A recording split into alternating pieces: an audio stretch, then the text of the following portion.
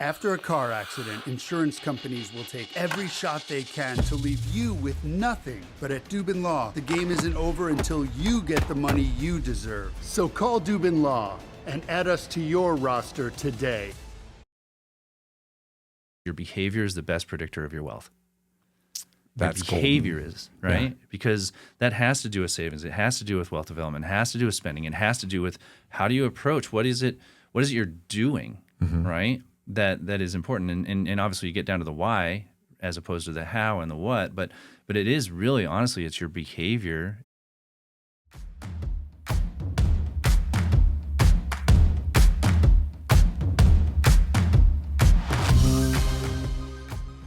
Most people think wealth is about how much you make. It's not. Your behavior is the best predictor of your wealth. Today on the Blue Stiley Podcast, I'm sitting down with Powerhouse Financial Advisor Daryl Geffken from 10 Capital Wealth Advisors to talk about why comparison is killing your contentment, why every dollar needs a job, and why starting sooner beats starting perfectly. This episode isn't about money. It's about the decisions and your behavior that decide your future, and why most people never get wealthy, even when they make more. Awesome. Today I'm sitting down with Daryl Geffken with 10 Capital Management. Yep. And I just wanted to say thank you for coming on. But in all seriousness, you don't just manage people's money. You actually help walk people through and hold their hand and make them feel comfortable with that. Yeah. And what you do is amazing in the sense that so many people are afraid of and terrified of their finances and wealth. And I think you bring a lot of value, and I cannot wait to pick your brain today because I think a lot of people are going to enjoy this episode and our conversation. Yeah. And I'm looking forward to it. And thank you. No, I appreciate it. Thanks so much, Blue, for having me on. I totally respect everything that you've been doing and all that since we first met. Yeah, you're right. I mean, holding their hand. The analogy I always use is a guide. You know, when I was in college, one of the cool things I got to do was take inner city kids and teach them how to rock climb and river raft over in the Wenatchee area. And so that guide principle has really stuck with me. It's huge because anytime you're on the river, like you might know the route, but you don't know exactly what the conditions are. And so that's very similar to finance, right? Where we look and we're like, man, we have a sense of what the route is, but everything is always particular to what is going on right now. And it can change. Yeah. Absolutely. So the hand holding / guide piece. Well, you are. And I think a good guide or a mentor or a coach does that for you. And I think that applies to all different kinds of industries and businesses. So for sure. I'm super excited for that. But before we dive in, I do want you to kind of explain how you got to where you are. No, totally. And what you do. But then you have 30 seconds. Go. Okay. So, I mean, the shortest story possible is I fell into this. The story arc of my life actually makes sense in retrospect, but it did not make sense at the time, right? And so I was in professional ministry for almost 20 years. I'd always wanted to go back to school. I really loved academia. Had a chance to go to GU, get a PhD in leadership, and I studied generosity and wealth. And so I started looking at that, and out of that, I started doing a lot of project management and those sorts of things. Had an adjunct class where I was teaching psychology of statistics.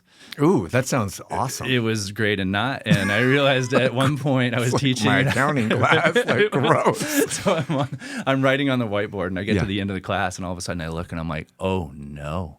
I completely reversed the labels on these two principles, fairly major principles, right? And so I just turned around, just dejected, 34 students in the class, and I'm just like, I just ensured that all of you will fail the exam on these two issues because I've reversed the concepts. No, okay. So I'm driving home a total wreck. I'm just like, I'm an idiot. I suck. Driving on the Spokane-Cheney Road, and I get a call from a financial firm, and they basically say, "Hey, would you like to be would you like to be a fixed-term employee for 6 months? Roll out financial planning software across the firm. We heard you're really good at project management, all that sort of stuff." I'm like, I'm 100% in. What's financial planning? That's literally how I started. All right, so you didn't have a huge background in it, and you started to learn, but you've done this for a couple decades now, and you're definitely what I would call an expert guide now. And have you always been intrigued by money? Have you just always liked it? Does it give you peace of mind to know that you have something in the bank and you can go to Costco and be able to afford it? That sounds a lot like The Wedding Singer. When he's out for a I've loan. never seen that movie. He wants a job, and he's like, I like money. I have a jar full of money. I'd like to get more. And I would say I grew up in I didn't grow up with means. And so, and maybe we'll talk about this a lot more. One of my money scripts, one of my money minds was never really feeling as though I had enough. There was kind of a sense of, hey, we don't get to do some of the things that we would like to do. My mom worked graveyard shift in the ER. Every night for a long period of time. I basically worked my way through undergrad, those sorts of things. I worked, I worked even in high school and that sort of stuff. So I think there was always a sense of an emotional. There's totally an emotional of like I would like to feel more stability. Yeah. Right. And that stability wasn't just money. It was there's a variety of other things to that. But just that idea of wanting stability. The other piece was, any money I did get was really based on an allowance. And so there was this expectation of if you work, then you will get that type of money. So that was pretty important to me early on. I will say, going into ministry, that was one of the major shifts. Initially, I thought I was going to go into architecture. Right. And then I was like, well, shoot, I'm going to become a pastor. And we don't make anything. It's for free. Right. Okay. Anyway, so that piece wasn't really there. And so, but it was interesting to basically see, at least from my trajectory, to say, hey, you know what? There are things that I want to do that add security. And it's really that security piece.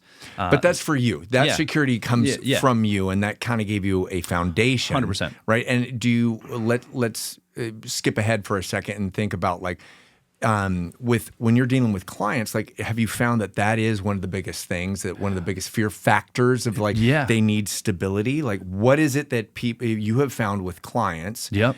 That is the number one fear factor of money? So the number one factor is their own number one. And so one of the exercises that we take them through very, very early on, so like cornerstone conversations or just honest conversations. And what we do is we actually sit, if it's a couple, we sit both of them together.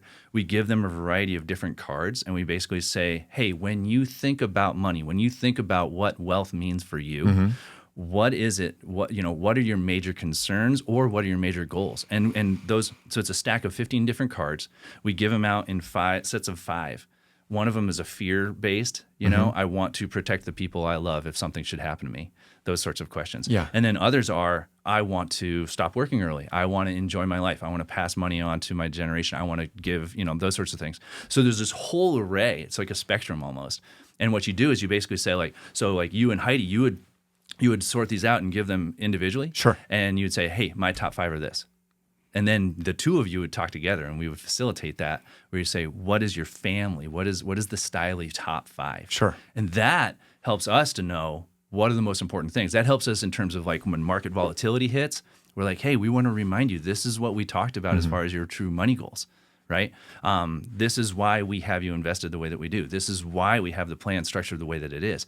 Everything is based on that initial conversation where we're saying this is how important it is for us to get to know you, and not just your math mind, but also your money mind and your heart, to say, hey, this is the important stuff. So does that answer 100%. it? But and I think what you're also tapping into is that our emotions will take over doing something, right? Like I don't invest because I'm scared, or I don't invest because I forgot about it. And we forget about the reason behind why we want to invest. And if you can be in that alignment. So I want to push the brakes for a second and just say that like when most people are afraid to reach out to a financial advisor because they feel like, oh my gosh, I have to pay this person to do this. They're going to take a commission base, or they're going to take a percentage. And it's like, are they really going to provide something for me? Right? Like, are they going to make me a return on my investment? And I want to ask you that, like, when someone asks you that, how do you put them at ease and like, no, I got this. And how do you hold that person's hand? Because that's your expertise. Totally. So a couple of different things. The very first thing that comes to mind is Vanguard did this study. So an investment firm, they did this study a while back. I've never heard of Vanguard. Yeah. Okay. All right. And what they did is they basically said, what is the immediate difference of working with an advisor? Okay. And they figured out it's 3 percentage points of return. Right. So if you on the pro or the con, like on the pro, if you are working with an advisor and it's a wealth planner, it's a comprehensive wealth planner. If you're working with that, then you immediately can tack on about 3 percentage points of return on your investments on an annual basis. Why? Because you're working with someone who's going to help you behaviorally as you go through all of these ups and downs, right? Yeah. Because a lot of us, we have all these different biases and, those sorts of things. We're awesome at picking stocks. We're not. We're, here's the right stock to pick, all that sort of stuff. Or we move at the wrong time, all those sorts of things. That actually compounds over the course of a year and more to say, hey, because we're trying to do these things and we're doing it by yourself, and you don't have this team around you that says, hey, we've seen this before, right? We've gone around this corner, like going back to the analogy of the river rafting. We've gone around this corner. We know something to expect here. We can help you navigate that piece. I love that. And so that's the very first thing where it's like, that is solid return. Well, and I think that is important because, like, for me personally, it's like if I set up automatic investments, it's way different than like, oh, I gotta invest at the end of the year, and then I forget, and then it's 3 months down the road. Well, that 3 months I might have, maybe I saved a little because the market went down, but maybe I missed out on a lot. Right? And it's like being consistent, having that cadence, and being responsible for something. You kind of take over that for someone. Remove the emotion. Because when you think about it, you get back after a day of work, and you're like, and now I have to do this and this and this and this, right? I have to sell World Cup tickets. I have to. Like, I'm thinking of my own list now, and I'm like, oh, tonight feels stressful. So it's like, to do that in that period of time, that's a lot. And then one of the other things that's there too is just not simply about the investments, it's about how all of those other puzzle pieces to come together, right? And I always say, like, hey, my role is to be the CEO of all the rest of your professionals. Right, so that's your estate attorney, that's your accountant, that's that's your longevity health people, right? And it's my job to say, hey, here are all the times, here's the cadence at which we need to address those things. Your kids are getting older, we need to address the will, right, and guardianship.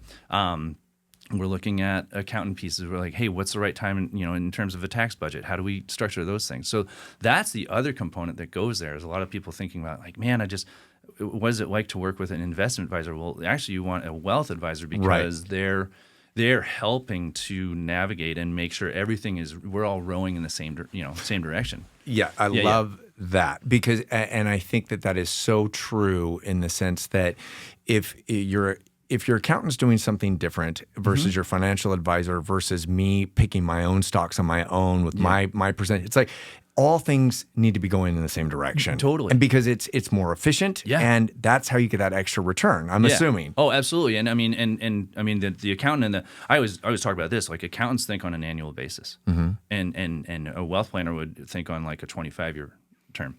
Both have their strengths and both have their weaknesses. There have been multiple times where it's like, I'll be talking to your accountant and they're like, hey, no, we're not going to do that with this over here like you're thinking because of the carryover that we had in terms of a tax loss or something like that. So for us to be able to have the opportunity to communicate and look at tax returns together and those sorts of things, absolutely huge. Okay. Absolutely huge. Well, all right, so now what you're talking about is you're saying, okay, this planning, this roadmap for you, and so all people are seeing or talking the same language. You're all speaking the same thing. Most people think, I can't afford an accountant. Yeah. I can't afford a financial advisor. Whether or not they get me 3% more or not, it's like, I can't afford it. You work with millionaires, centimillionaires. Like you cover over $1 billion within your firm. Like most people are thinking like, oh, I can't afford that, right? For someone who doesn't have those means, how do you say, it's okay, we got this? Like, what is it that you would tell someone who hasn't saved any money right now? Like, what is it how do they start? Right? How do they become, or how do they become introduced to you? Like, eventually they want to work with you. But like, how do you start if you have nothing? Well, all right. So two parts. I guess I'm hearing two answers to that specific thing. One of the first things, Blue, is actually something I learned from GU, and that is, in leadership development, is to say, what is the next elegant step? Right. And so what is that small piece? What is that thing where you're basically saying, hey, this is the one singular thing that I can do that's under my control that just makes sense and I can commit to. Okay. Right. And I don't know if you've heard like the book of Tiny Habits or something like that. Or it's like, hey, you know what? I have a hard time flossing my teeth. Just floss two. Right? Can you floss? You two? only have to floss the ones you want to keep. Yeah, That's exactly. Right. But it's like, how do you make it just a little bit smaller so that it's a little bit better? Or think about exercise. Can you do 10 push-ups? Then do 10. Do 10. Don't freak yourself out. right? What's the next small, elegant step that That you can take, control. Yeah, in terms of your savings. Okay. Everybody I've ever met, if you really look at what your spending is, and I talk about spending plans as opposed to a budget, because a budget feels like a diet and a diet feels punitive. Sure. But if you think about spending, then you're looking, you're saying, what is it I want to spend on? And people who look at their monthly spending and they're like, you know what? I didn't realize I spent that much in this. And I guess I don't really need to. Right? So then you start to do that. So that would be one piece. Another thing that's really interesting is to get a hold of aging software. Okay. MIT Age Lab has done all these different things where it's like, hey, this is how you and I understand what it's like to be 75-year-old, a 75-year-old in a CVS aisle, and how hard it is to actually reach up and grab something. Right? Yeah. And so it's been informative to say, hey, these are the things, this is how we approach ageism, right? And we actually say that, that sort of thing. So they did this weird study where they basically said, if you were to generate yourself at 75, all of a sudden your empathy for your older self is through the roof. Sure. And it makes you think about, oh my gosh, I do need to start saving for my older self. Okay. So I as like weird that. as that is, Yeah. like take a picture of what you may or may not look like, share that with Heidi, right? I mean, and or whatever, and just be like, hey, this is what I look like. It really does start to trigger a little bit of an emotional piece to say, like, I need to take care of that guy. Okay. Yeah. So that's a step that you can take that Yep. I'm hearing from you is like project yourself in the future and say, Yeah. what do I want to look like? What do I want to have in my Yeah. account? What and that can scare you. Oh, absolutely. And that being terrified of that should trigger you to start jars moving you. action. I remember very clearly on the health side of things when I stopped being a youth pastor and I wasn't as active as I was doing something. I think it was like I was playing with my boys at the time. We were playing ultimate frisbee. And I was gassed. I was like, this does not compute. This doesn't work Right. out. I want to be able to spend time. We're a really active family, just like you guys. And Yeah, we're yeah. like, I want to be able to ski with my guys when I'm in my 50s, right? Maybe not keep up with them. But I mean, that drove me to say, now I need to do small, incremental, and consistent steps. So it's the same sort of thing in terms of wealth, Financial, right? Where you're looking, you're saying, look, I know I need to start saving. I definitely need to do that. Well, how It's much? so hard, though. It is so hard. So So hard. how do you get someone to say, instead of if you're making $100 a day, Yeah. how is it that you get somebody to, even though your fixed costs are $80 Yeah. a day, that $20 over time of that week, that's $100 of the 5 days of work week, right? Yeah. I mean, it is so difficult. How do you get someone with nothing, that mentality of saving, Yep. and terrify them other than the projection of like a future? How do you Yeah. tell someone, like when you meet someone at a party and you say, Yeah. you have nothing, you're 45 years old and you have nothing, do you think the government's going to pay for you in 70? Yeah. Like, how do you scare Yeah. someone in a Or your positive way, kids. right? Yeah, you don't or want your kids. fear tactics are Fear- one thing, or kids. Let's talk about that too. Yeah, no, I think that's the thing. Like fear motivation only works so long, And for certain people. and for certain people, you have far better response when people are actually engaged and they want to do this, they want to hit their goals. So that's why it's so important to say, well, what are your goals? What is it you hope to achieve? Because they haven't really quantified that. Right. And so it's important. That's the other piece is like, yeah, okay, it's one thing to look at yourself and say, hey, I'm older, but also to say, what does that mean? What does that actually look like? And so many of us have no idea what retirement is. It's like the great unknown. It's life 3.0, right? We've already done the education piece. We've already done the work thing. Now what does it mean? Is it golfing every day? No. Is it sleeping? I've heard people are like, I just want to sleep for 2 months or whatever. I'm like, no, you actually have to figure out what are the goals that you have in life. And those things, that's a positive reinforcement Right. where you start to do that. And because of that, then it allows you the freedom to say, now I can free up that $20 in some way. Sure. So then the next step is, how do you automate it? Right? Like Acorn was brilliant. Like that, the whole concept of like, hey, we're just going to save a couple of cents, right, off of every transaction you have. That compounds. That totally does. And once you start to get that type of a discipline in there, you don't do discipline for discipline's sake. It's got to be partnered with what's the motivation behind that. And so if your motivation is saying, now I'm starting to take care of my future self or my future family or that sort of stuff, I don't want to be a burden on my kids. Now you're actually saying, hey, I've freed myself up to do things like automate giving, right? If there's ever a chance that you're working with, working and you've got a 401k or something along those points, and there's a match that someone does, to get at least the match. It's the only free money in the world. right? So it's those sorts of things. How do you structure it so that it comes out of sight, out of mind? That becomes a lot easier, right? Well, but that's also talking about like one of my issues is that I feel like, oh, at the end of the year when I load up my SEP IRA or whatever, it's like I'm eventually going to invest this. Yeah. And maybe I'm lucky enough to put the money into Vanguard, for example, and I put it in there. But then I have to distribute it. Yeah. And it's like, if you don't, it's like 4 months that you don't do it. Well, and it's just like you're losing money. Yeah. But if it's set to automatic, it does make a huge difference.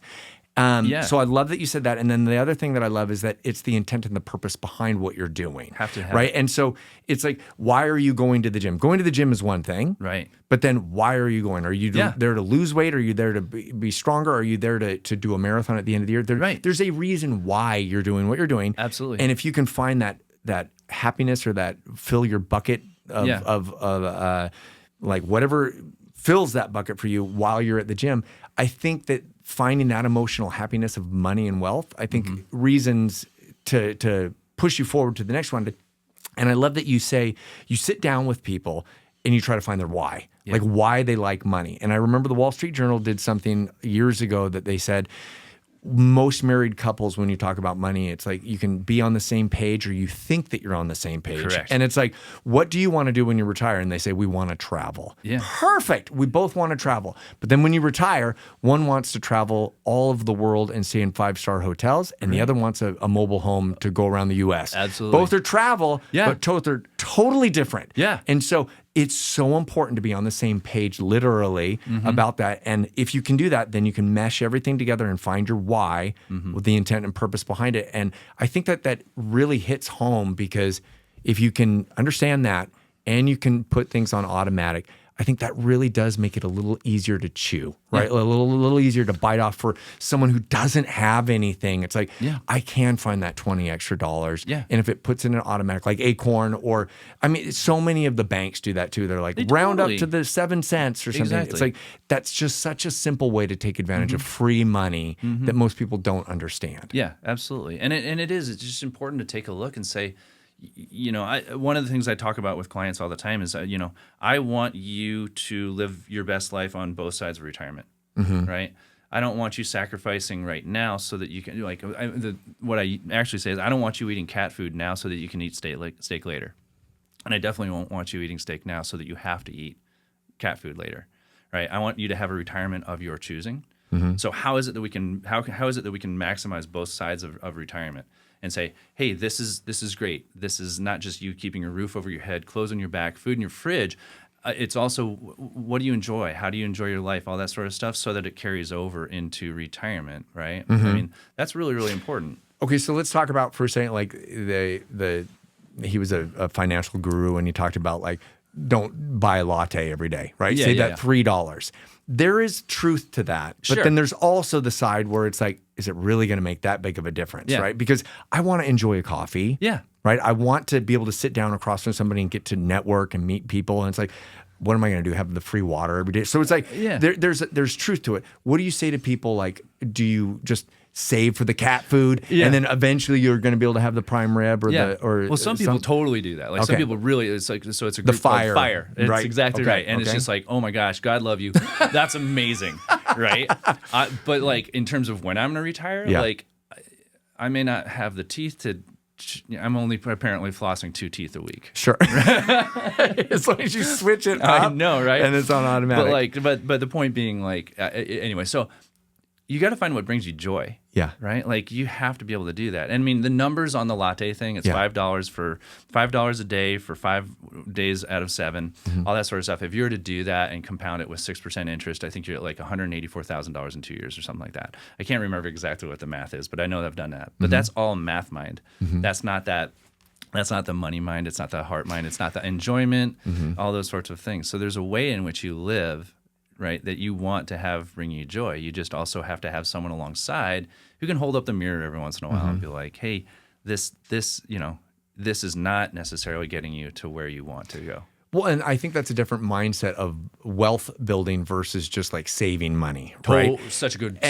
distinction. Okay, so you talk about saving money. I remember as a kid, you'd walk around, you'd find a penny, and it was like, yes, I'm going to save this penny, and you put it in the jar, right? Yep. And the jar is just sitting there, and you already mentioned this, like just being on the counter, right? And it's like you fill it up, and I remember in a finance magazine years ago, it was like this guy saved for 30 years, and at the end, he had like $400 of just money that he had found over. Change. And that's a lot, but at the same time, it's like, how many times did you bend over to pick up that dime? And it is pretty fun. What's the most you've ever found on the ground? Oh, $50 bill. Me too. San Give me a high Diego, five. There we go.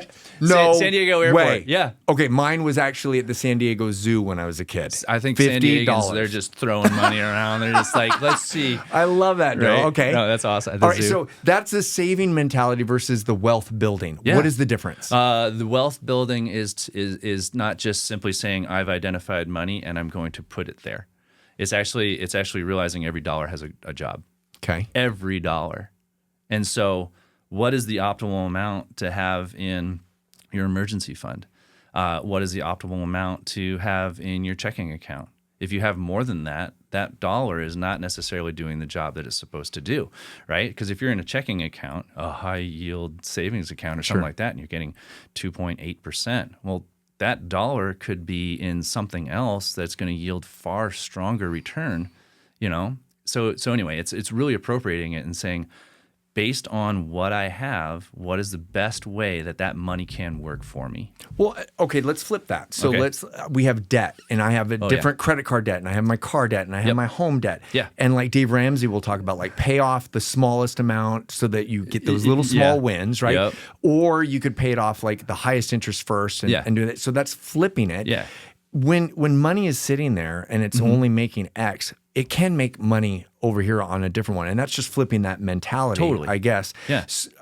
But when you mention like you have $1,000 in a bank account, and what I love is that for certain people I've found and clients and friends, like what makes them sleep better at night is different than it's going to make me sleep better. Right. So tap into that, because like Ramsey will always talk about $1,000 in your account. Yeah. Some people need $5,000, whether or not it's making money or not. Yeah. They need to know that if the HOA bills come out, that they can always afford it. Right. Yeah. So it's like, is that you finding their why and what their pain points are of like, this person, no matter what, needs $5,000 in their checking account, even though it's not making any money. Right. They're losing money. They're literally losing money. But and so how do you have that conversation with someone? Like, because everybody's different. Yeah. Do you just find that pain point? Yeah. I mean, well, first off, that goes to some of the initial conversations where you're like, I'm going to ask you an array of questions, and some of them are going to feel really uncomfortable. And if you ever want to know why I'm asking that, it's not just because I'm curious.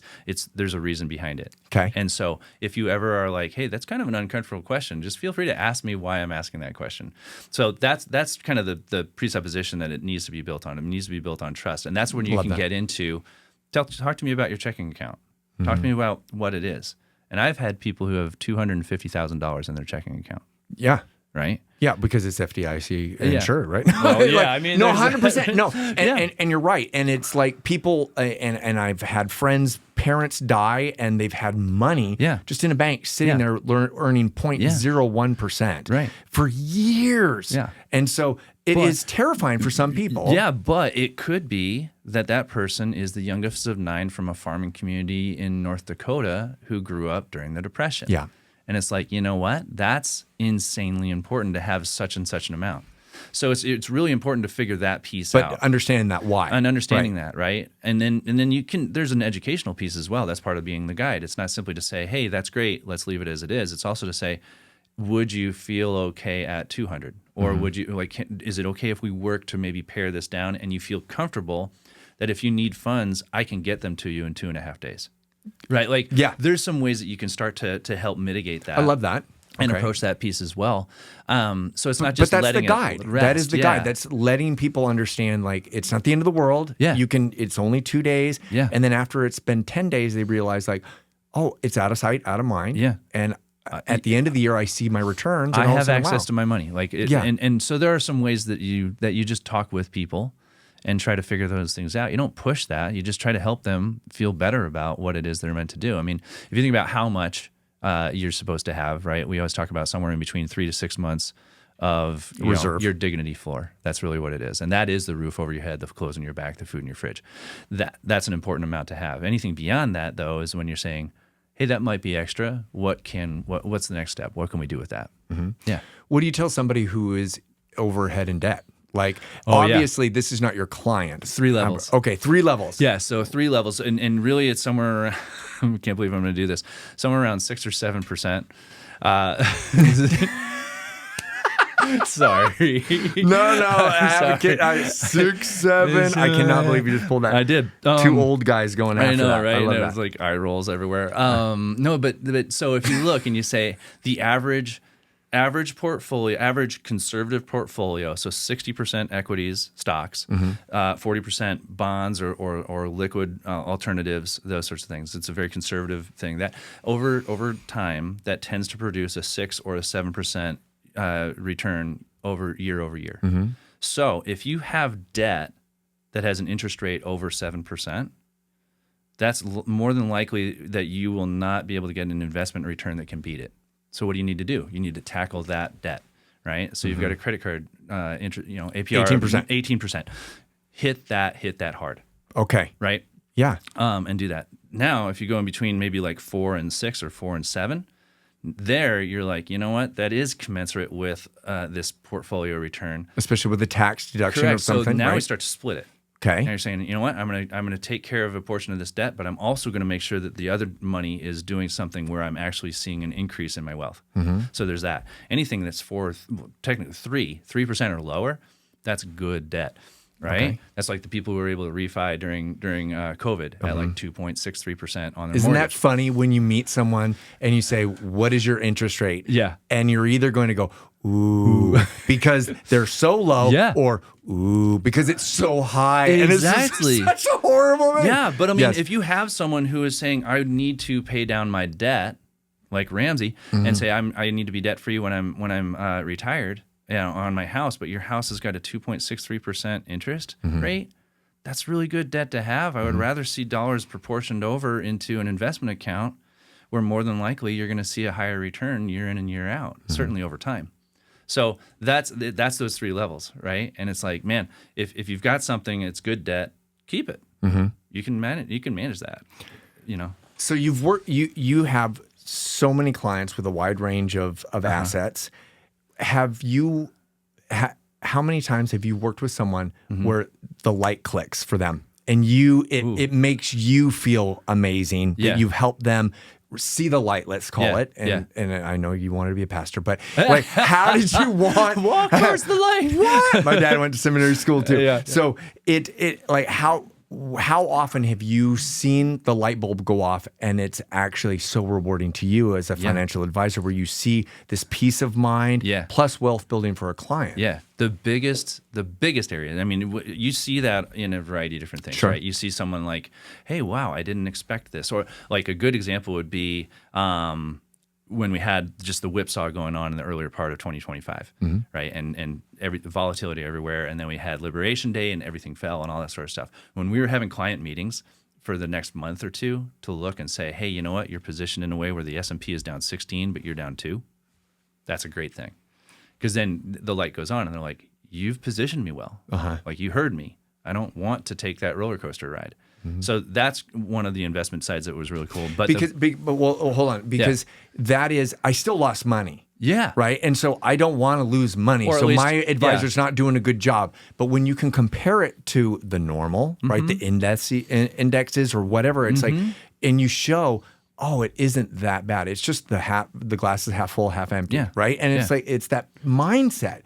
So when people realize that, oh, it's not that bad, is that light that goes off? Yeah, that's a piece of it where like, you listen to me, right? You listen to me that this is important to me, and I mean, there's this idea of loss aversion therapy or theory where you're basically saying, if I were to give you $1, you're like, woohoo. If I were to take $1 from you, you would be 2 to 4 times mad. Right. And so anyway, that's a piece of that. But where I see it the most, Blue, is actually in the planning piece. Like, when we go through that whole idea of, we're going to discover about you, we're going to figure out your money mind, we're going to put together our recommendation for a plan, and then we translate and transfer that plan over to you, and people see for probably the first time that they can retire in 3 years or now, or they can achieve. Well, get me the there. different Like, goals. what's going on here? Yeah. All right. Yeah. But that's like, I mean, I've seen tears during of joy, right? Or it's like, you mean you can do it. But more often than not, the biggest thing that I see is in their shoulders, right? Because we all carry our attention on our shoulders. More often than not, when I am presenting a plan and I say, this is the path that allows you to achieve these things, here are the steps we're going to take to see the relax, like just take a breath and just all of a sudden take it in. And they're like, I've never been able to see it yet. So to be able to paint that picture to the best of our ability looking forward and say, you got this, that's huge. That's the biggest light. Okay, so and I think that goes to someone who doesn't have anything too. Correct. And I think that even though someone might not be able to relate to having assets or a net worth of X, Y, or Z, it's like it's still the same principle. Still is a formula that can work for them. Yeah, and when they see over the course of time what they're able to accomplish, and be like, I didn't think I could do that. You know, if someone is so one of the things is like, when do you start, or what do you say to someone who hasn't started yet? Well, I have never met someone who has not said, I wish I started earlier. Right? We all say that. Sure. And I wish I started when I was 20. Of course you do. But what's the earliest that you and I have? It's today. Well, okay, all right. I was going to say, well, 0 is when we first started, but continue. But like that is our early. That's our earliest. I want you to look back at the end of 2026 and say, I'm so glad I started on January 8th of 2026. Right, versus, oh, I should have started on the 1st. Totally. Or I should have, but that was a holiday, so you couldn't have done anything anyhow. Right. But you're right, like kicking the can down the curb, Yep. there's never a better time to plant a tree than today. Obviously, now. it was 20 or 30 years ago, but it's Obviously. like right now is the now. best time Yeah. to start saving that 20 cents or that $20 or that $200. Or honestly, like we've got some people who are on an aggressive savings plan, right? And that's just what I call it. It sounds, kind of kitschy, and it's fine, but it's like that's what it's going to take. Because again, if you map it out and you're like, you know what, this is. I mean, I think about exercise. You can do anything for 15 seconds, right? It's not hard to make your mind jump to say, you know what, if you're behind the ball right now, what is the aggressive step that you can take? And is that okay? Can we get you there? And so we've got people where you kind of ramp them up and say, okay, yeah, right now it's just that small amount. We're getting to a point where you realize you can go without a little bit better, so that you can have that aggressive savings, and so that it makes it much more available. If that makes sense. Well, and not only are you painting the picture, but you're making it relatable to them, right? Yeah. And it breaks it down into pieces that they can understand, and it's for them. Right. Well, 100%. Yeah. And you see the emotion change. I think that, like, I love that you keep mentioning like fitness, because as with my fitness background, I always thought that money was very similar. Like every finance magazine was the same as any fitness magazine. The 5 things you need to do at the end of the year to retire. The 5 things you need to do to have your abs at the end of the month. And it was just like this clickbait. But when people are doing most of those things and they're on automatic, it really does set you up for success. Because I would read these magazines and well, I'm already doing that. Well, that's great, but most people aren't, right? And so when you meet that person, like when I would go into a grocery store and this was the worst thing, I would look at people's carts and be like, ooh, that's bad. Like you don't want that, right? Like it was horrible. That's as a cocktail that's as gonna a be in your personal gut. trainer, I was always like judging someone's cart, right? When you see We're people, not going shopping together ever. Don't do it. When you see people, do you unfortunately judge someone and say, man, if I was this person, this is what I would do? What is the secret that you want to tell that person in looking into their cart and saying, you need to do this, not only for yourself, but for your family or for your kids? Yeah, I think, yes, there are definitely things that you can look at and you can say, is this additive to your life in the way that it's going to be detrimental to your life later? That's probably the way that I would look at it. Is it worth it right now? And that's to eat cat food. Yeah, exactly. Right, exactly. But I mean, like, is it worth it? Like, go back to the latte thing. Is it worth it to have a latte every day? Right? Or is there something else that you can do? Can you split that up? Right? 2 out of 5 days you're having drip coffee. Yeah. Or I don't know. I mean, no. It's changing your path every time, and it's being Yeah. It's being able to pivot and things, but see things through a different perspective. Yeah, and it is important because I can step away from someone's financial behavior.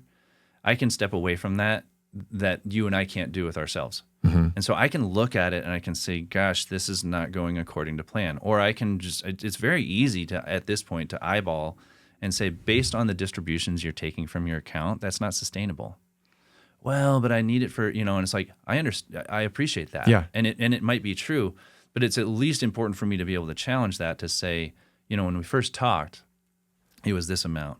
What's changed?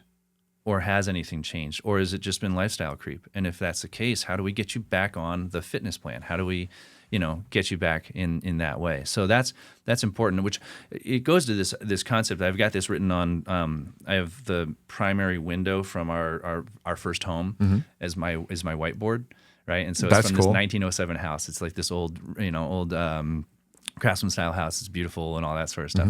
But on that, and I've got one thing that's always permanently on that, and it's in red, and it says, your behavior is the best predictor of your wealth.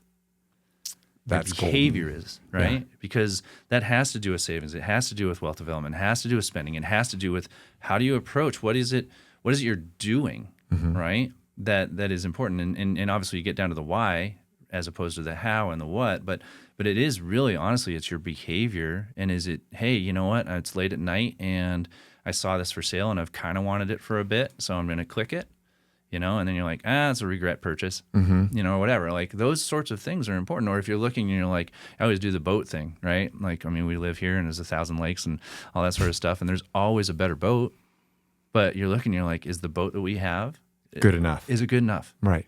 Do we love our family time and our friends' time with that? Yeah. Can we control the speed of the boat with our watch as we're surfing behind it? No. Right. But I'm never going to be a professional surfer. And frankly, you don't want me to be. Right. Fair enough. But that's contentment, right? And that's exactly. Like, so how do you deal with a client that, do you find what makes them content? What fills their bucket? Yeah. And what fills your bucket? Like what isn't, because wealth means something different. Success means something different for all of us. Yeah. And there's no right or wrong answer for every person. Yeah. Yeah, that's all right. So huge question. I was like, what is my contentment? That has been a crazy journey in this industry because there is so much money around. And I don't, contrary to maybe you can give it to me all you want. Yeah, I don't make a ton, certainly not relative to the people that I work with.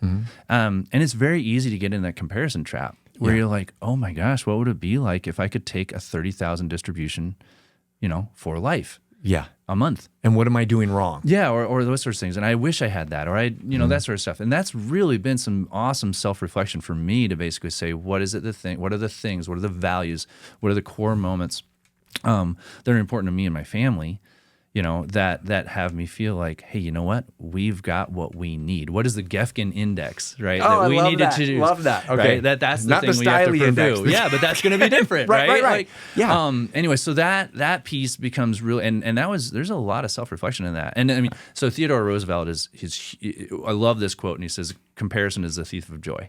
Right? So comparison is the thief of joy. And I love that because I look and I'm like, hey, Blue's house, so-and-so's house, all that sort of stuff. Man, that's amazing. That's beautiful. But then you go back to your own home and you're like, you know what? But this is what we want, or at least we're getting to what we want. And so it's important to just relocate that back into what is it we hope to achieve? What is it we hope to do? What brings us joy? Yeah. And then it frees you up to jettison some of those comparison games. And that's been huge. And I feel like I'm probably at a healthier spot in the last 2 years than I think I've been in over a decade. And that's also you being in, let's call it the market, in the sense like you're surrounded by people who have what you want, have gotten what you want, and have done what you want to do. So it's like you're in this mix where you're in it every day, and it's like, wow. So that's it's hard for you to like take a step back and be content with yourself. But at the same time, it's got to give you inspiration and motivation. Like I can have more. Yeah. And if they did it, I can do it too. Absolutely. Yeah, absolutely. And and that's just part of the trajectory too, is to look and say, okay, I can tell people these things all I want to until I'm blue in the face, but it's important for me to hold the mirror up as well and say, you know what, Geffken, it's important that you realize that your behavior is also the predictor of your wealth, right? 100%. Yeah, and so that's an important piece as well, and it's like, hey, pack that lunch, man.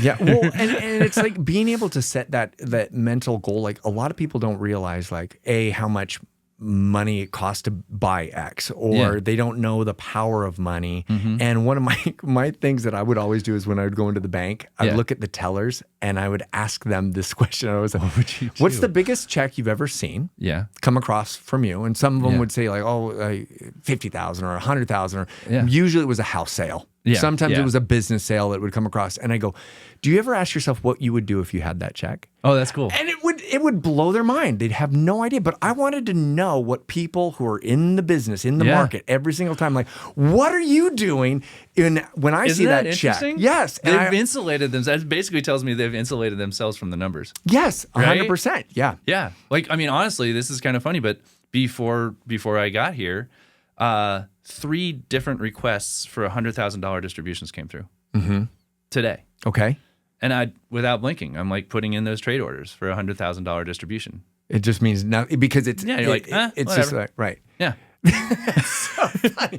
Whatever that sounds. Yeah. But for someone who's never seen a check that big, like we had Keith Riddle on the other day, and when he was selling homes, his buddy transferred over a check. He said, if you get into real estate, this is the house that I sold him was $17,000. It's like, to him as at that college student, he was like, oh my gosh, because that's a huge check. Yeah. But then when he sells a commercial property, like 1.7 million or whatever, it's like, totally. it's just something different, right? Yeah. But it's like, what place in time are you that you can look at that differently? And the tellers did that for sure. That's cool that you do that. That makes me want to do that. I did do it, but now start doing it. Ask them. So, okay, let's change gears for a second. And I want to ask you, what do some of these uber wealthy people that you work with know about money that most people don't?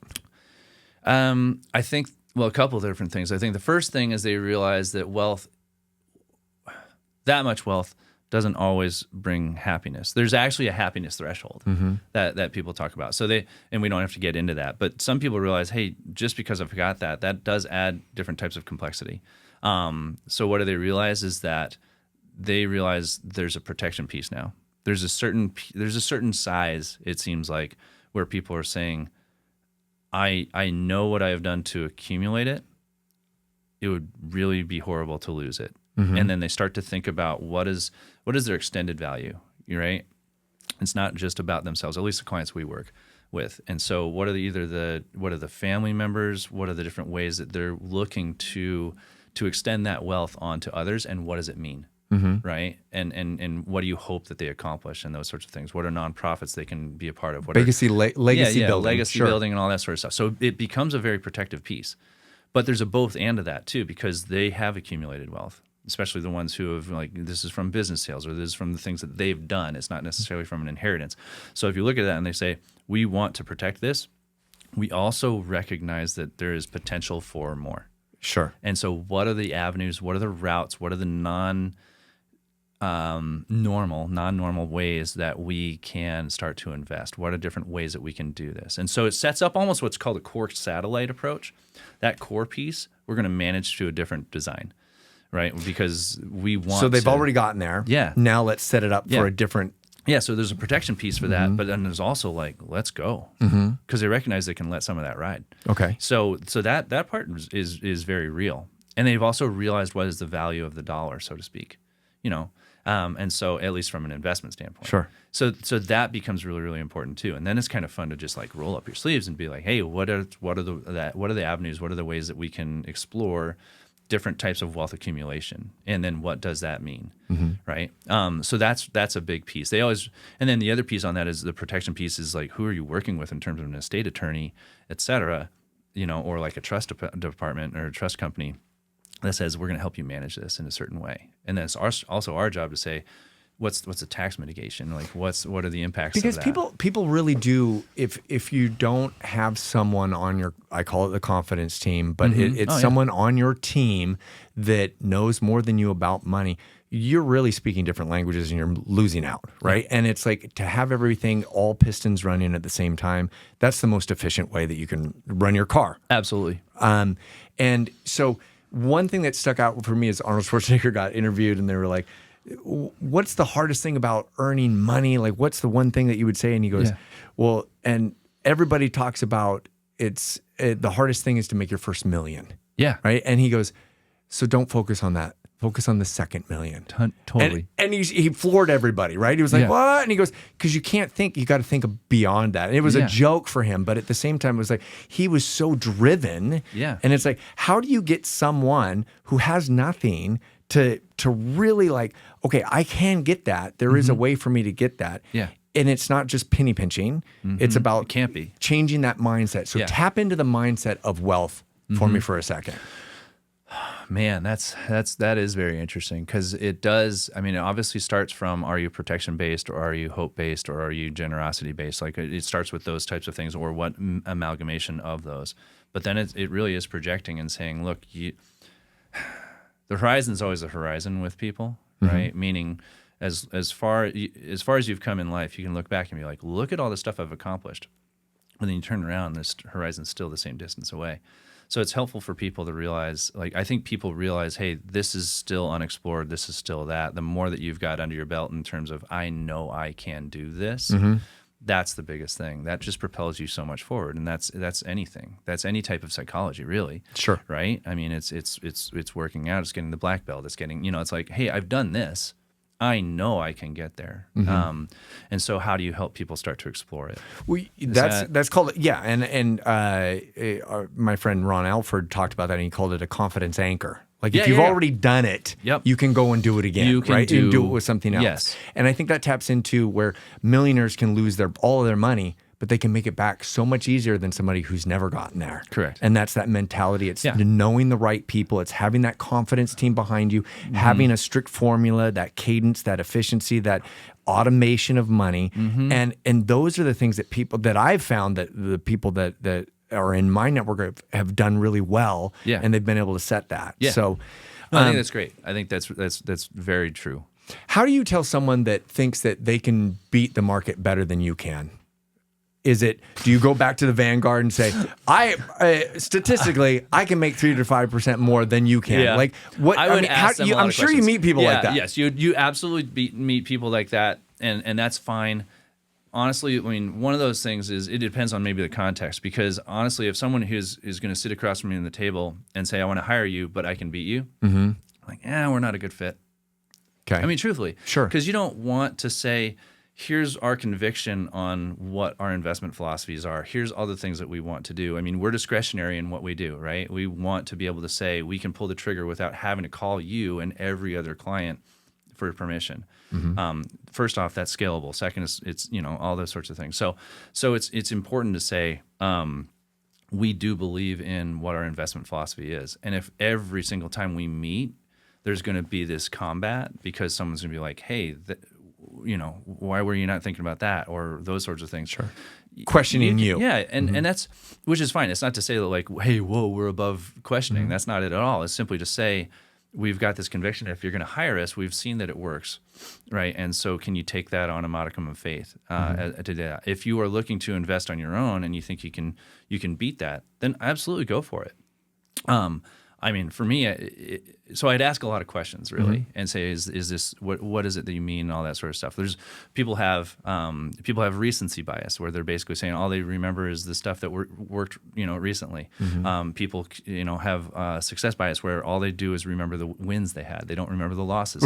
Right? Gambling is that way. I mean, I always win at the casino. I know. Or really. I always compare that to a pure shooter in basketball, right? And it's one of those things of like, I've missed the last 15 3-pointers. But dadgummit, I am a shooter and I'm going to shoot, right? And so it's like, so people, and you need that sometimes. But in terms of investments, that can really be a downfall. So I'm kind of going far off field. But in terms of people want to do it, one of the things that is a solution to that, and I've got a couple of clients who do this, I'm like, hey, here's another version of that core satellite approach, where you're like, let me handle the majority, and you get this satellite, and you like the 10% or something. Take it to the moon. Okay. You call me and you're like, you know what? Union Pacific is merging with this other railway. Right? I want to get in. Go for it, man. Yeah. But use your play money. Yeah. Right. Okay, but that taps into what a lot of financial advisors in the past and gurus have talked about. It's like you shouldn't be spending 100% of your money on like there should be a certain amount of play money that you're able to play and invest. And what is that percentage that you would tell people that they should have? I mean, that's going to go back to the plan, right? Where you're basically saying, this is what you need. This is what we've established that says this, projecting out this far, provides you with the things that you want to do, right? I think that gives hope, though, to the people that like, well, I don't have any extra money. Well, if we could find $80 a week or $80 a month, like, could we work with that? Yeah. And you're telling people that there is hope. Yeah. Okay. Absolutely. Look at how positive you were with that. You're like, like easy. There is always a way. Always hope. There's always a way. Okay. There's always a silver lining. I mean, truthfully, there really is. And this is from a self-proclaimed realist, which is just it's hyperbole for cynic. But like, I mean, I want to be the most conservative person in the room with all of my clients. But at the same time, I've just found over time that there's always a positive in terms of what's going on, right? And so hey, things are at a loss. Let's go ahead and harvest that, and now we can send that again to your taxes. Or here's the storyline here. Well, that means that this is going to be another opportunity over here, or what have you. Have you run into people who have lost their entire portfolio, like for example with Bernie Madoff, right? Yeah. And I'm assuming that is when you deal with new clients or you bring people on, there's a little timidness and like people are afraid to hand money and assets and portfolios over to a wealth management company because I don't want you to lose it and I don't trust you. And I've seen it. Okay. So finance is one of perennially financial advisors are the top 5 least trusted professions. What's number one? Car salesman? Probably. I'm trying to remember. No. Podcast producer. Yes, that Brennan. Is the one. Right? Okay. That is 100% the one. Okay. All right. But yeah, so there is a lot of distrust. Yeah. And people always talk about the one bad apple that ruined the cart and everything. Well, it's so high profile, and our industry is so regulated against those types of bad actors, right? That it kind of is self-proclaiming prophecy, right? Like it's like, oh my gosh, you read all the disclosures. And it's like reading Apple user agreement. Agree. Stuff. Right. Medication stuff. You could die, right? And it's like All right. So anyway, so yes. And honestly, like probably 2.5 weeks ago, brought on a client, and there's a lot of gun shy because of the previous advisor that they had worked with. And it is one of those things to say we need to appreciate that. Here's how we approach these things. If that's still comfortable for you, then let's do that. And really, it's just having that open and honest conversation in the beginning to say, this is how we operate. This is what it's about. What questions, what concerns, what fears do you have? So that at least we can point to different situations to say, this is how we work. And we really do have best interest in mind. Yeah. Right? People always ask us all the time, like, are you a fiduciary? Well, that's the dumbest way to say it because what you want is you want someone who just values you anyway. Sure. Right? Anyway, so... What's one money mistake that you've made that now knowing what you know, you would do differently? Like what's the error that you would caution people not to do? I would have started sooner. I would have started saving sooner. I remember, even when I was a youth pastor, I remember very clearly the CFO of the church basically coming and saying like, hey, do you want to contribute to your 401k? And at that point, I think I was maxing out at like $37,000 a year. And I was just like, no, I need it. I'm like, no, if I had started just thinking that way earlier and set aside money, it would have helped me in terms of discipline to not just, buy the next shirt or that sort of stuff.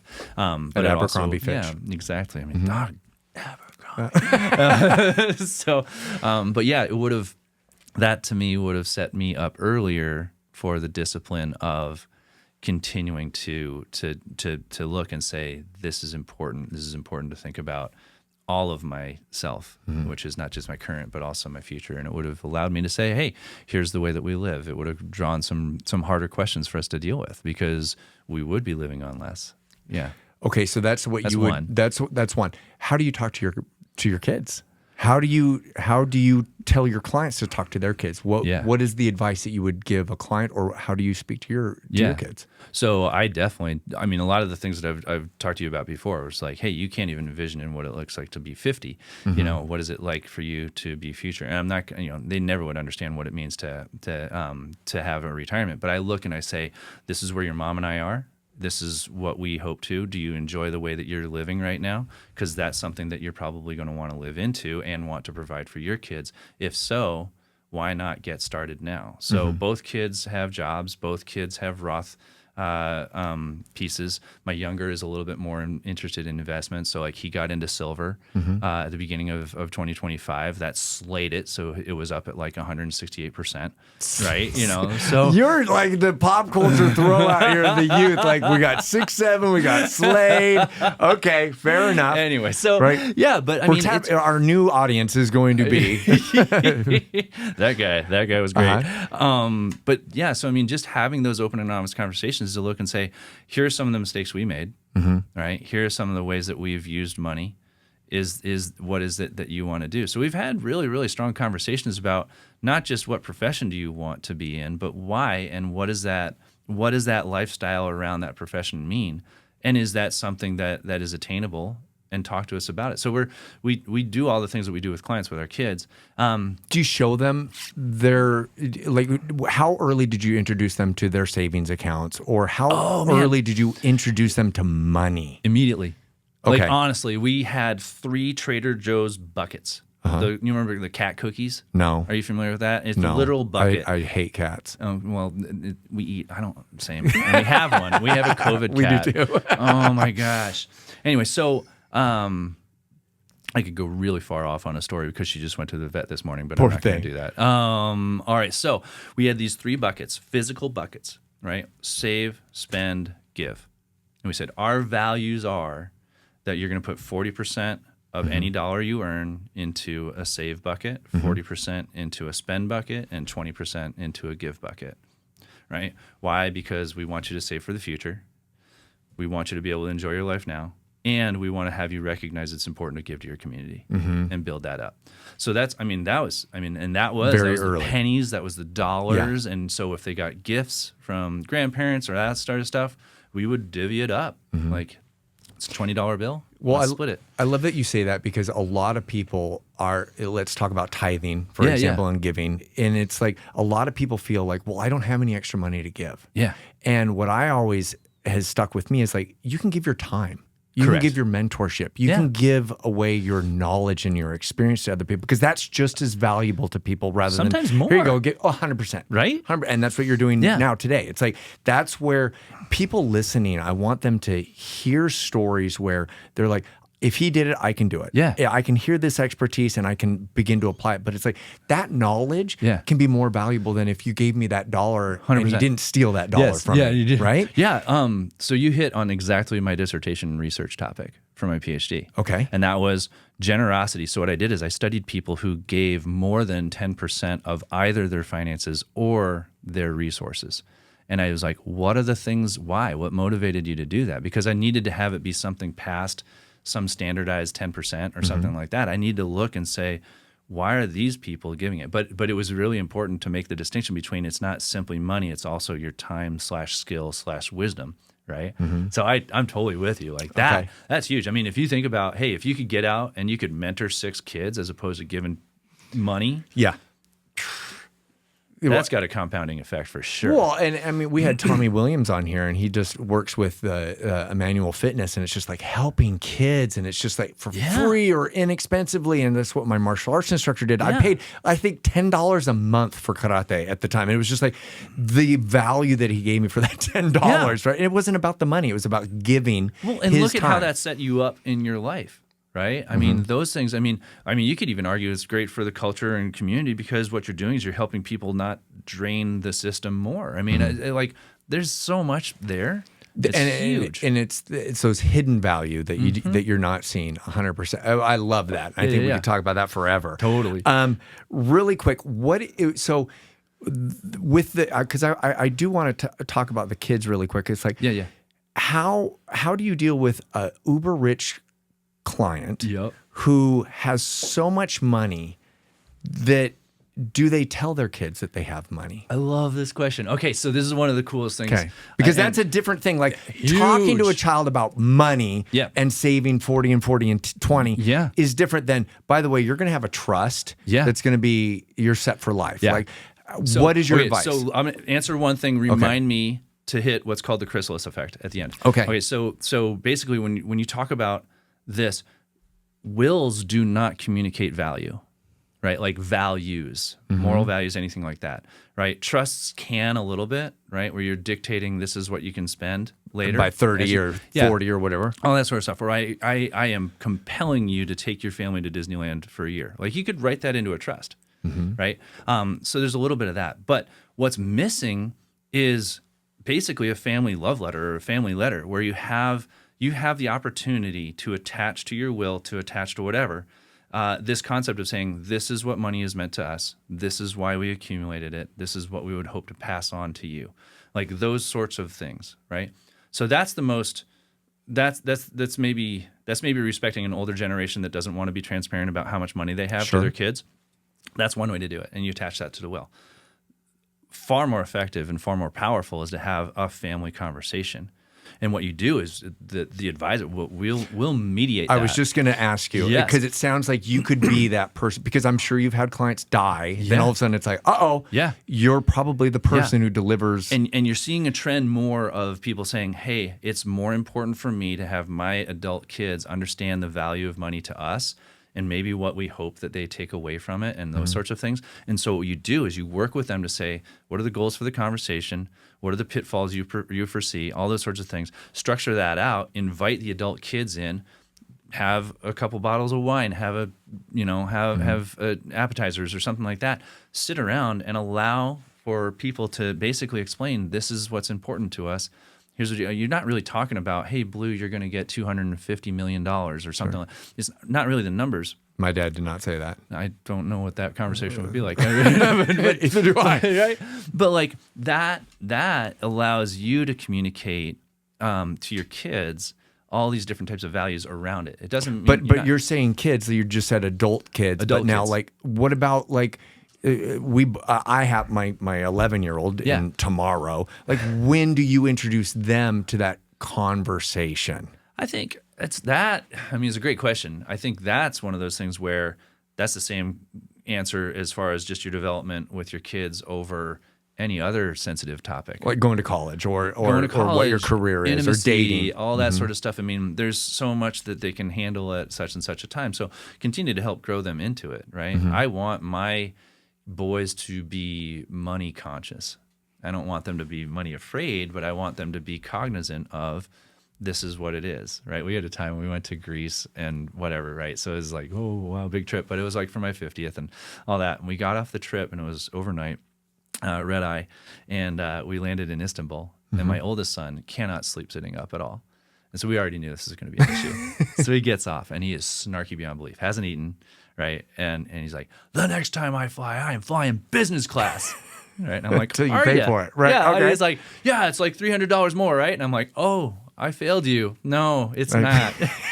So we shared with him. Yeah, so I pulled up like, hey, this is actually what it would have cost. And just to see his eyes, he's like, all right, I'm sorry. I appreciate that. So, you know, those sorts of little lessons are kind of important. But I mean, so with kids, I think that's just taking them along and saying, how much can you appreciate slowly introducing them and you don't have to appreciate it, right? You know, like I feel like that was probably part of my family growing up, is just like, you know, no, you can't have this or whatever, and don't you appreciate what we're doing for you and all that sort of stuff. I mean, I like it more on the generosity side.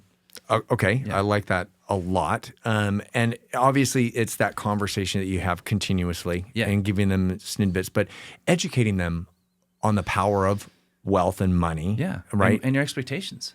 Well, and your why. Yeah. Right. Because and I like writing the book. I wanted my daughter at the time, but now my son as well, like to understand why. Yeah. I loved my martial arts instructor, why he changed my life, why I think the way that I do, why I act the way that I do, why karate was important to me. And it was like that legacy hand down. Yeah. And it was through a book. Yeah. But what you're saying is like have those conversations. Have the conversation. And explain to them your why. And it will start to, I mean, there have been those, so talk about way, way back full circle and say eye-opening moments, right? Where the light turns on. Those adult children, when they see some of the reasons why their parents spent or did not spend the way that they did, that's huge. Let's okay. And I was supposed to remind you about the Chrysalis. Go ahead. So this is This is something I got from my father-in-law and he was an estate attorney. And he used to talk about trusts and trust kids and all that sort of stuff, right? And so what he basically said is we all want to do the best for our kids, right?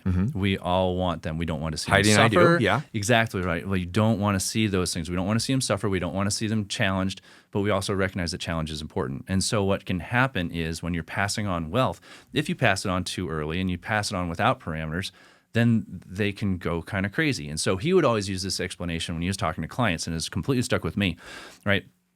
So a worm goes in, right? Caterpillar goes into a chrysalis, right? And then starts to break through. Well, a man comes along and he sees this, soon-to-be butterfly struggling beyond belief to escape from the chrysalis. And he's like, I will help it. And so what does he do? He breaks open the chrysalis and puts the butterfly on the ground. Well, what happens to the butterfly? It dies. Why? Because it hadn't exerted enough force in the challenge of breaking through the chrysalis to pump blood into its wings to become a butterfly. And fly away. Exactly. And so he would use that and he would say, that's not what we want to do. And that's why we structure a trust where it's like, hey, you get X amount of dollars when you're 25. You get X amount of dollars when you're 35. You get X amount of dollars when you're 50. That sort of thing. So that's also really, really important, is to look and say, how is it that we allow our kids, whatever age they are, to continue to develop and scrap, right, and earn appreciation for what that dollar is. I love that. So that's huge. Okay, well, we're going to start that. Let's have that conversation. Well, I love it. Okay, well, you and I could talk for hours, honestly, about Star Wars. Yep. And I want to wrap things up, and I want to say, like, if you were to talk to your past self, and or your kids, like, what is the number one thing that you would want someone who has nothing that they can start right now? What can they do right now to either A, change their mind about money, their perspective, or B, start saving that 20 cents or that $8 or whatever? Yeah. Easiest thing is just to look at your spending. Honestly, I think the easiest thing is just simply to look at your spending and say, what is it that we're spending for? And what is it you want that dollar to do, really? I think that's definitely for my kids. That would have been a big lesson for me. I think the other thing is to say, recognize that life changes. I mean, gosh, I've wanted to be a whole bunch of different things, and I've been in 3 different industries over the course of my life. And so with that change becomes a change in expectation that also that requires a change in behavior. And so to have a more dynamic mindset, that one, a learning mindset, right? Which again kind of brings us full circle. We want to have a learning mindset. You want to continue to learn, right? Like, read about what it means to be wealthy. Read about what it means to be content. Read about what your values are. The more that you understand yourself, that's pure persona. So like, anyway, you get it. It's Latin. But yeah, the more that you understand who you are, the more that you understand what wealth means to you. Sure. And so that's a big thing. That's a really, really big thing. Well, and be curious about it. Be curious about it. Right? Yeah, absolutely. Because and if you were to say, if I was to ask you, should people be afraid of money, what would your answer be? No, but I get it. I 100% get it. So the 3 largest stressors in life psychologically is death of someone you love, moving, and your finance. In fact, there are studies that show that financial infidelity between couples is more likely to end in a divorce than physical infidelity. Really. Okay. Yeah. So what would you tell a couple then? Let's finish on that. How would you tell a couple to not go there? Yeah. How do you approach finances? Do you have to have everything all tied up together? Do you allow each person to have some sort of like small discretionary account just to say like, hey, you know what, I can spend $300 and not have to worry about, does this reflect poorly on our marriage and our expectations of money, right? What is that way that we want to approach it? And more often than not, you say, hey, here's your own side account, right, that you're both comfortable, being able to spend. But above that becomes now a corporate agreement. This is now it's a navigators meeting. We've got our husband and wife talk, and like, is this worth the money that we're going to spend on it? So you got to find that threshold and allow people to say, hey, I can spend on that without feeling guilty, because people come with totally different mindsets. Yeah. Right. And find that amount, and then past that, you do that. And then the other thing that I would add on that is at least like anything that really requires a conversation, put at least a 24-hour spend limit on it. Don't buy it. Just don't buy it. Okay. Right? Don't go out and buy the brand new car or Yeah, exactly. Even if you both decide to do it, right? Like, pause. Give yourself 24%. Yeah. But then I also hear you saying, and from earlier conversation, is that it's have those healthy conversations about money. Like sit down and have your wine or your appetizers and talk about money, because that can be horrible. I know that coming from being I don't want to say a bachelor for my entire life, but I mean, I didn't get married until I was 35, right? Or 36. Yeah. And so it's like this whole time I've been controlling my own money, and it's like letting someone else in, and it's like that's a hard discussion to have. But what I was going to say is that having the ability to be open and having those healthy conversations really does work best for us, right? Yeah, and I agree with you, and that's a really big paradigm switch, because so much of the United States has been this work ethic piece of you don't talk about money, you don't. And that's intergenerational. That's also across within marriages and that sort of stuff. And that becomes really, really healthy, because unhealthy, I should say, because if it's hidden, then those expectations around it are also hidden. That creates massive conflict, right? And so the more that you can actually approach that, money itself, right, is not, it's a thing, but it's a means to whatever. Your dream. Go out, buy what you want or whatever. And if it's perceived by me that my spouse is doing something that's disrupting the dream, I'm going to be infuriated, right? Yeah. Unless I have an understanding about it. Or if I understand, like, oh, no, this person actually does, this is the way they want to live or whatever, right?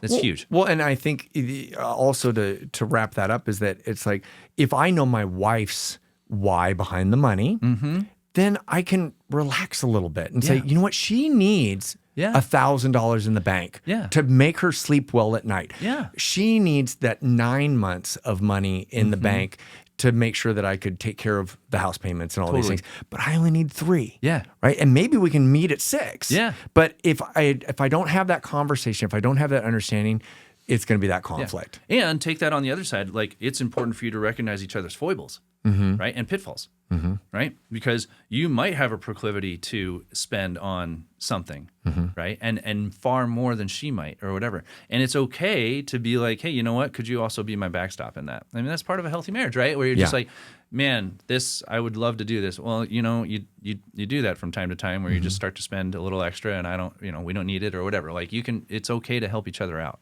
Well, and I think that's where you fit in, because as a financial advisor and a wealth manager, it's like you're the person who can be that third party. Totally. You're the person who can see both sides, like a counselor, right? And you help us, and you help hold the hands of people, couples and or singles or whatever. And it's like, it's your job to do that. Yeah. You are that expert. So that's the other thing where I mentioned, like, the story arc in retrospect, it makes a ton of sense. I am not a counselor. I don't have a counseling degree or anything like that. But in ministry, I know that I have sat with people through the hardest of times. Same sort of thing with finance. You sit with people, and it gives you the freedom. Like, I don't have a problem asking any questions, and I really don't stand in judgment of people. I just look and say, gosh, here's a discrepancy, or here's something that I'm seeing. Or you've been there. Yeah, any number of things. And it's like, and that just allows for that type of a conversation, again, with an open and honest conversation, realizing, hey, I know some of the things that you have in terms of hopes and concerns over here. Are we addressing it the right way? Are we addressing it in a way that will work for you? And so that counseling piece, that just shutting up and listening, which is always ironic, right? When you're getting actively listening. Like, no, shut up, right? Yeah. And I don't think people are realizing that I actually do listen. They probably are like, dude, this guy just talks. I know. I'm on your podcast right now. Yeah. But that's the idea. Is like, you need to truly listen to a person. And I think if there's a superpower that I feel like I've got, is just the ability to listen to people and have them walk away feeling like I was the most important person in the room. Well, and you do that at 10 Capital. Yeah, and right? They should be. Right. So let's give a plug, like, how can people find out more about you and find out more about your services and whether or not they're a good fit or you're a good fit for them? I mean, it's reaching out from any number of ways. I mean, 10 Capital Wealth Advisors is a really easy thing to remember. It's a great storyline. It's actually, we're a team, we're a full ensemble. Of 8 in 9, Spokane and Seattle based. Yep, and largely Spokane, and we invest in the community and all that sort of stuff. But 10 Capital Wealth Advisors, you can look that up online. You can just reach out to me individually, Daryl at 10capital.com. That's just the easiest way to start a conversation, and that's really just that's how it starts. I mean, we've got weekly commentaries that we send out. Sometimes they're about, this is what happened in the market. And other times they're just like what we would call an evergreen piece. Like, how do you know that your insurance is working or not? You know, like, and that's all free. Like that's information that people can have. It's on YouTube, right? So again, if you look up on LinkedIn 10 Capital Wealth Advisors, if you were to actually look up on YouTube 10 Capital Wealth Advisors, you'd have the whole library. And we've been doing that. 10 Capital has been in existence for 14 years, almost on a weekly basis. One of those has come out. Okay. Yeah. So that's the easiest way in the world to do that. Is just to reach out and start that conversation. And it's really just it's not painful. It's just to say, what is it that you hope to accomplish? Why would you reach out? And it's kind of, man, it's right. It's not. Yeah. It's not meant to be scary. No. And I want one of the biggest takeaways from our conversation is that for me is like, don't wait. Yep. For tomorrow. Don't Just wait. Start right now. And whether or not you have 20 cents or you have $200,000 to invest, it's like, don't wait. Yep. Because there's hope. Yeah. And even if you feel like you're down and out, it's like there is hope, and there's somebody around you who can help you get there. And I know that your LinkedIn page and your YouTube is free, so it's like people can learn and stay curious, and learn about overcoming that fear, because there's no better time to start than today. Yeah. Well, I will tell you, I found 10 Capital as my home firm. I found that through those weekly commentaries. It was actually listening to that and being like, I love this approach. And that's what caused me to reach out and say, is this, a good fit? Yeah. Is this a good fit for us, for me to work there? So that's a huge thing. That's an absolutely huge thing. Well, I loved our conversation. I think you had a lot of takeaways, whether that was with children, with couples. It's like you were a wealth of knowledge, brother, and I appreciate that. And I'm not going to eat cat food today. Don't. But thank you so much for being a part of this. Thank you for being a part of my life and just being a part of my confidence team, because you really are. And I love the value that you bring, and you are one smart cookie, boy. I tell you what. I appreciate it, Blue, so much. Just huge opportunity to talk with you and continue that conversation is always awesome. Love what you do. We'll talk Star Wars after this. So much. Okay. Thanks so much for being here, Daryl. You bet. Thanks, Blue.